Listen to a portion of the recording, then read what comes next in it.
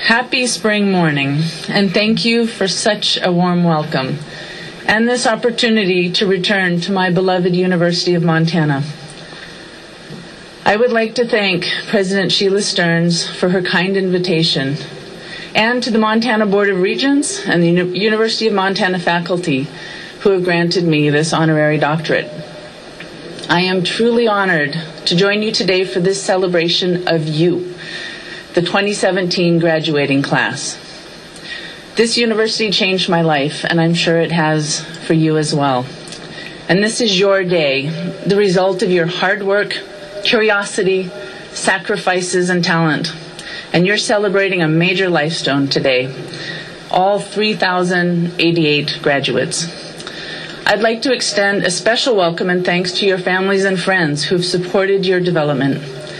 I'd also like to recognize the tremendous University of Montana faculty, staff, and administration who have guided you throughout your university education.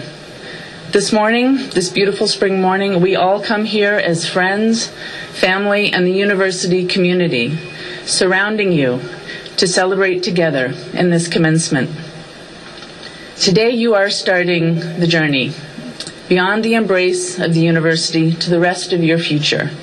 And I'd like to offer just 3 ideas to spark your imagination and hopefully make your life journey more fulfilling.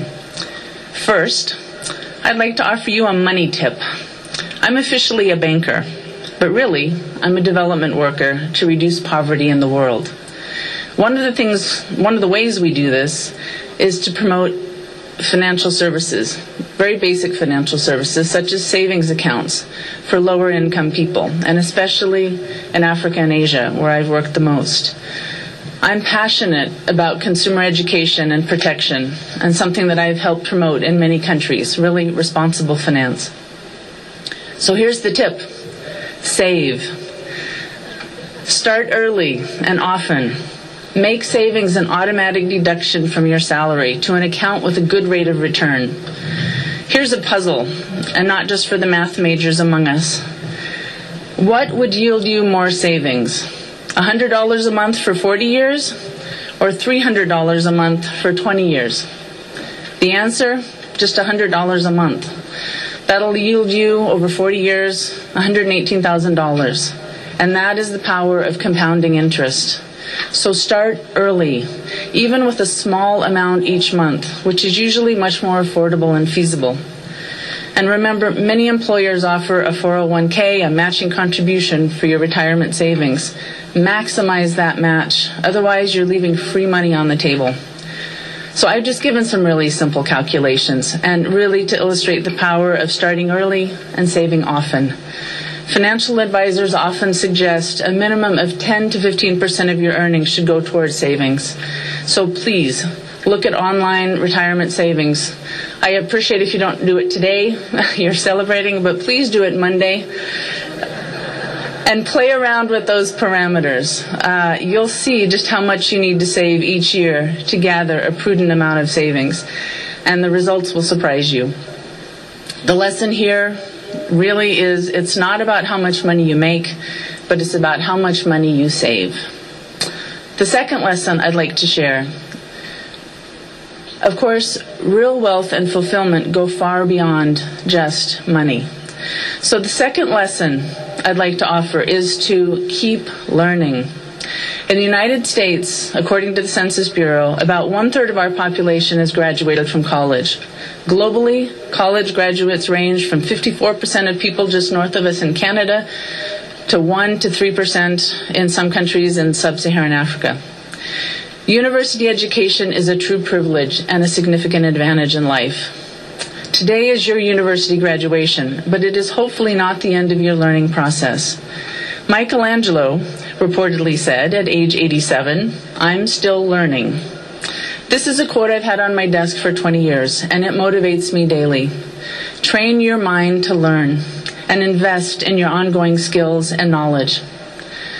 Our pace of change in life, in work, in our society is faster than ever, and this requires continuous learning and adaptation.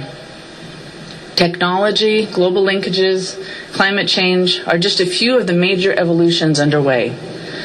Technological advances are opening more opportunities in fields we never imagined. Nanomaterial science, CRISPR gene editing, tremendous agricultural breakthroughs, 3D printing, self-driving cars, mobile payments, etc. Second, global linkages are changing, new trade patterns, new global allies and military situations, emerging markets around the world that are becoming economic powerhouses. Third, climate change is affecting people's health and livelihoods across the world. Rapid changes indeed. Another incentive to learn and adapt is that new job styles are emerging. The median job tenure in the United States is just over 4 years and decreasing over time. For younger workers, aged 25 to 34, the median job tenure is even shorter at 2.8 years. We're observing more jobs transform into a so-called gig economy, shorter-term assignments, not permanent contracts, more freelancing and consulting. And finally, artificial intelligence and robotics are just starting to be a real presence in the labor market. And tasks that are easily automated, lower skill, less complex and routine work will be the first to shift to artificial intelligence. But think about who will design the robots, program the computers, and maintain them. These are all job opportunities and just the beginning of entirely new fields. More than ever before, there is a premium on human capital, both hard and soft skills.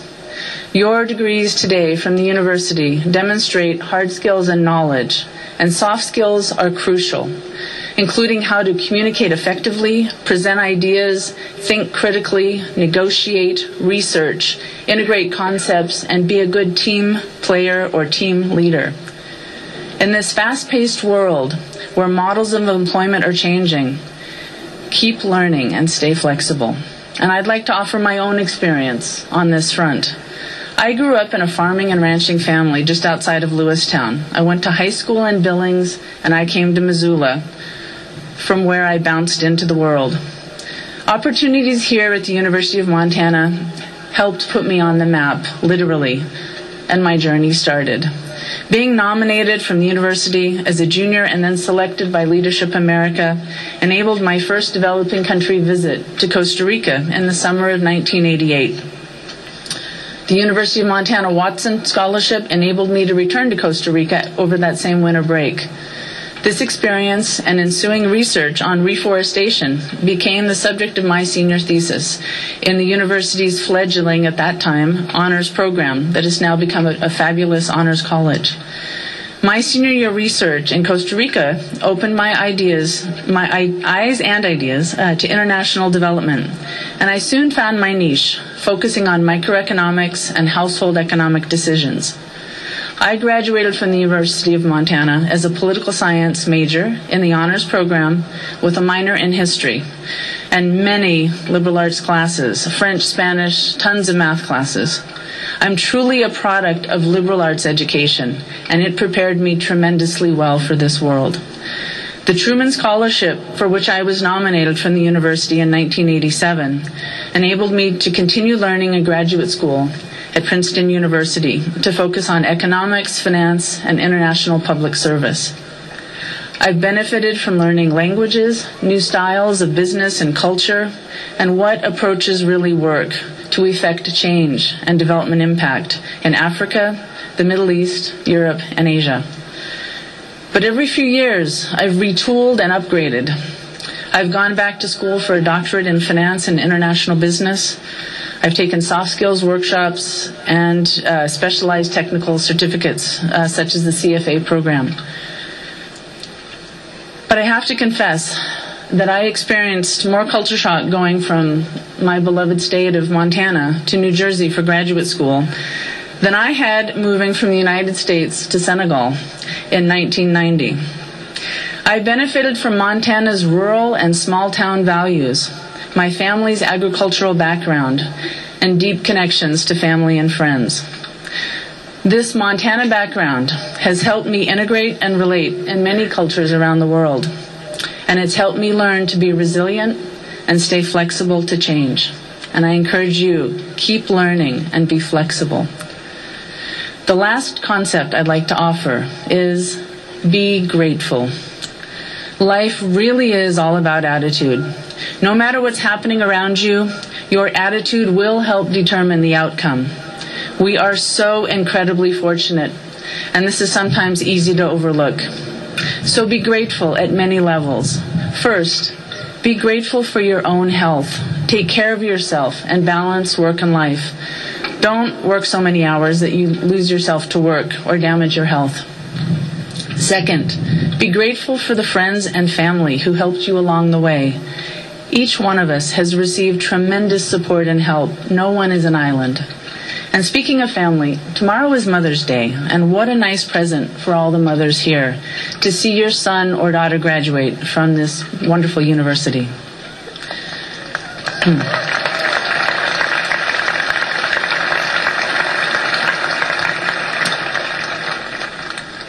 Third, be grateful for community.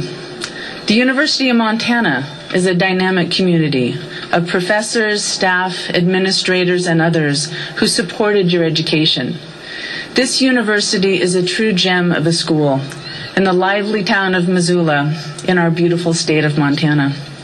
Everything we do in life involves people and community. Put down the phone and the laptop from time to time. Listen and engage. It's not us versus them. Whoever you may imagine is them. Of course, an important note here. I may make an exception if we're at a Grizz-Cat game, of course, when it really is us versus them. And this Grizz-Cat schism is an issue even with my own dear family that we have negotiated for years. But off the playing field, and yes, even with that other school in Bozeman, we will all be better off cooperating. By working together, we have tremendous power to change our communities. And finally, be grateful at a country and global level. Our country really is a bright light to the world. Let's be ambassadors as helpful global neighbors. It's easy to focus on negative headlines. But overall, we are living in a time of tremendous progress. Health indicators and life expectancy are increasing around the world. Education levels are increasing, and average incomes are rising globally and here in the United States. For example, the U.S. is ranked 8th of 187 countries globally in terms of GDP per capita. That's a common measure of income, at more than $56,000 per capita per annum. Montana's GDP is more than $42,000 per capita, which would be the 16th wealthiest country globally, similar to Germany, Hong Kong, and Finland. To compare, Vietnam, where I'm living since February, has GDP per capita of just $2,100. Many countries have less than 1,000 or even 500 GDP per capita, with devastating levels of poverty. I truly wish more Americans could travel overseas and understand just how good we have it here in the United States, and to cherish and protect our freedoms and opportunities. Talking about a global community, today we have graduates certainly from Montana in the United States, and also 46 countries from all global regions. You international students are a fine example of University of Montana, Missoula, and Montana reaching out to the global community. You've shared your culture and perspectives and enriched this university community. When you return to your countries, you will be important bridges with Montana and the United States. And if you stay in the United States, you will continue to enrich our communities, our businesses, and society. Another case of global linkages is trade. As just one example, 75% of Montana's wheat exports go to Asia, countries where I work, in Japan and Taiwan, South Korea, Philippines, and Indonesia. These global linkages help everyone prosper. In my travels and work with colleagues from many countries, one thing is crystal clear. Globally, we all want the same things for ourselves and our families. No matter what country you're from, we all want peace, prosperity, good jobs, health, education for our children, and better futures. In Southern Africa, there's a lovely philosophy called Ubuntu, indicating human kindness and how interlinked we all are. President Nelson Mandela and Archbishop Desmond Tutu talked of this concept as South Africa was emerging and overcoming apartheid, and trying to bring together all of the various factions of their society. Ubuntu, I am because of you. I am who I am because of those around me. Finally, it all boils down to one approach that has guided my life and my work. And I would like to leave you with the words of one of my global heroes, Mahatma Gandhi. Be the change you want to see in the world. Be the change you want to see in the world. Thank you, and congratulations to you, the graduating class of 2017.